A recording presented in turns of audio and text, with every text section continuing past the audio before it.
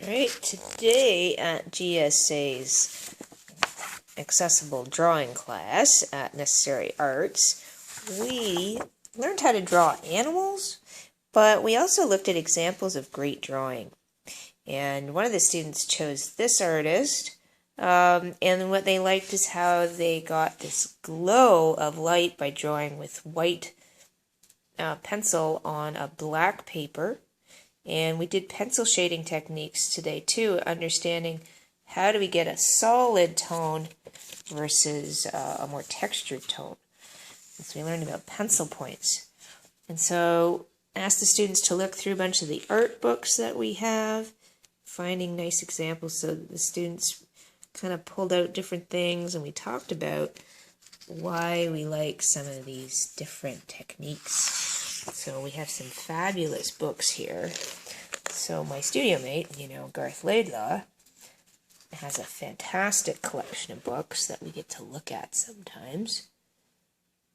Get some of these fantastic, just so imaginative. So we learned all different types of pencil shading techniques today, from cross-hatching, hatching,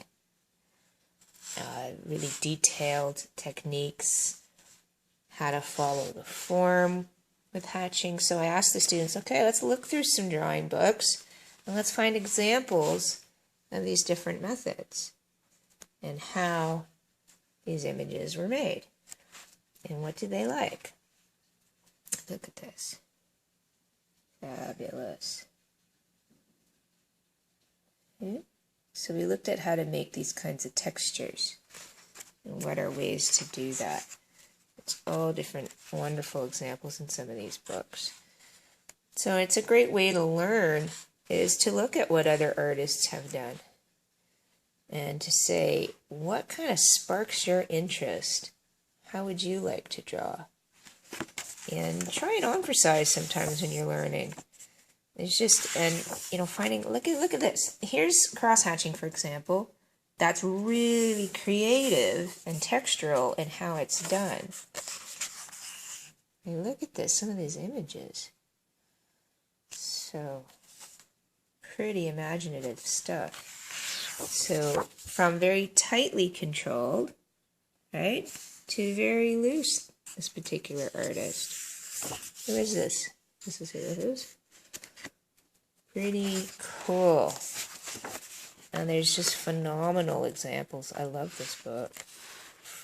Look at this detail. So we had learned how to use this shading technique. Right, and how to get parts that are shiny and dark, and how would you create the softer textures. So these are all things that we learned in class today and then found examples of. So, and while we're here, check it out. Garth is doing some more cool stuff. Look, this is Garth's spot.